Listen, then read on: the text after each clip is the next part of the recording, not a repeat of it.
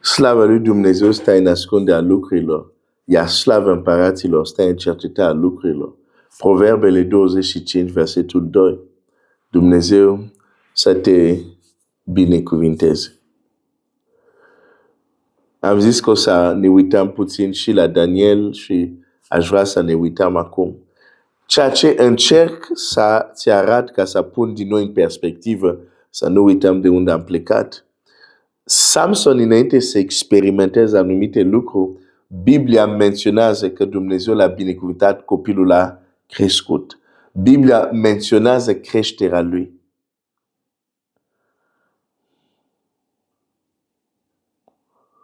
De fapt, nu, hai să zic mai exact.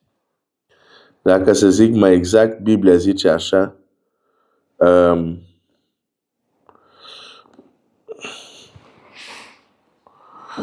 copilul a crescut și Domnul l-a binecuvântat. Și ziceam că a binecuvânta înseamnă a rosti, a spune de bine. Dar ca el să fie această rostire, Biblia mai întâi vorbește de faptul că a crescut. De aici am plecat. Înainte să auzi anumite lucruri, înainte să experimentezi anumite lucruri, înainte să fii expus la anumite lucruri, e nevoie de o anumită creștere. De aici am plecat. Și de ce este important această creștere? Pentru că această creștere îți dă posibilitate să suport, să fii expus la anumite experiențe.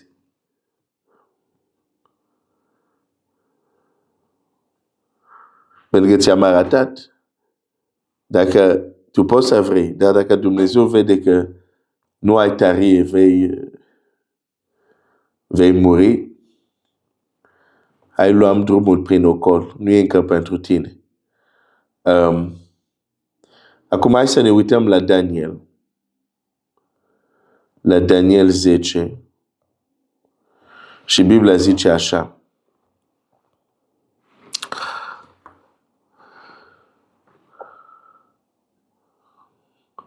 Versetul 5. Daniel 10, versetul 5. Am ridicat ochii, m-am uitat și iată că acolo stătea un om îmbrăcat în haine de in și încins la mijlocul cu un brid de aur din ufaz. Trupul era ca o piatră de crisolit. Fața îi strălucea ca fulgerul și ochii erau ca niște flacări de foc. Dar brațele și picioarele semăna cu niște aramă lustruită și glasul lui tuna ca vuietul unei mari mulțimi. Eu, Daniel, am văzut singur vedenia, dar oamenii care erau cu mine n-au văzut-o. Totuși a fost apucat de o mare spaimă și au luat-o la fugă ca să se ascundă. Eu am rămas singur și am văzut această mare vedenie. Puterile m-au lăsat. Puterile m-au lăsat. Culoarea mi s-a schimbat. Fața mi-a sluțit și am pierdut orice vlagă. Am auzit glasul cuvintelor lui și pe când auzam glasul cuvintelor lui, am căzut leșinat cu fața la pământ. Deci vede acea vedenie, vede acest personaj din cer.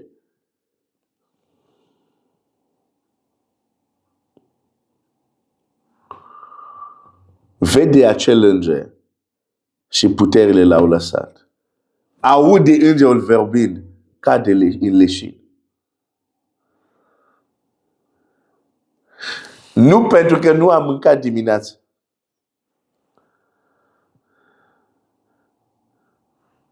Sau, nu, să nu zic asta. Era în post. Dar aș vrea să înțelegi că când am zis nu pentru că nu am mâncat, vreau să spun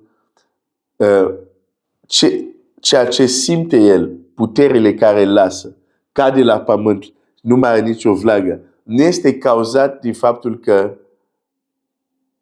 trupul lui fizic a avut o problemă, nu. E cauzat de faptul că este expus la o experiență care cere să ai tărie, care cere să ai o anumită putere.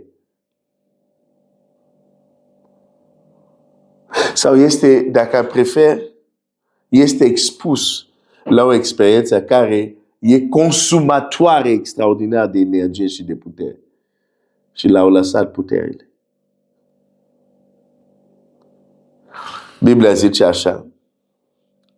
Și versetul 10. Și iată că o mână m-a întins, m-a așezat tremurând pe genunchi și mâinile mele.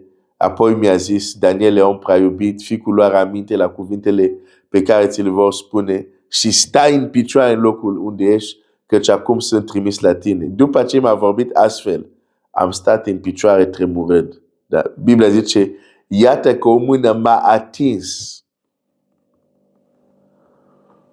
Asta era îngerul care îl întărea. Asta era îngerul care zice, nu, ok, dar stai în picioare. Care printr-o atingere l-a întărit.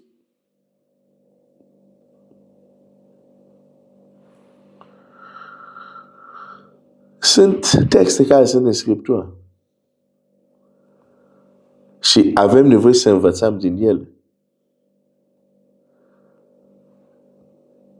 Nu te întâlnești cu un înger cum te întâlnești cu vecinul tău de scară. Nu auzi anumite glasuri care tună ca un sunet unei mari mulți și rămâi în picioarele tale. Rămâi în picioare. Nu. Sunt experiențe care cer o anumită tare.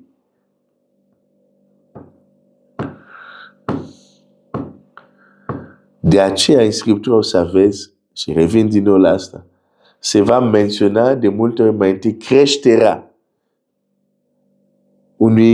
unei persoane. Creșterea unui personaj. Înainte să se vorbească de experiențele lui când e expus la ceva care cere maturitate.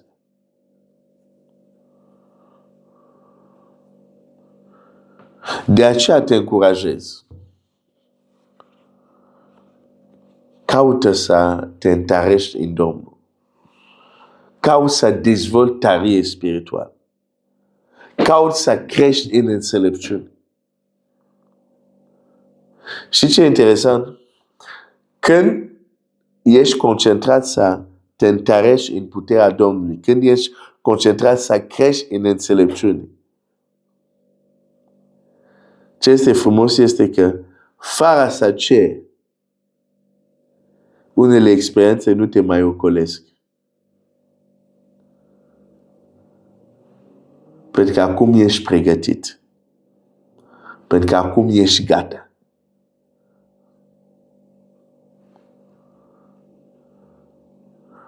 Întărește-te în Domnul. Caută să te întâlnești cu copilul lui Dumnezeu care te ajută să fii întărit în Domnul.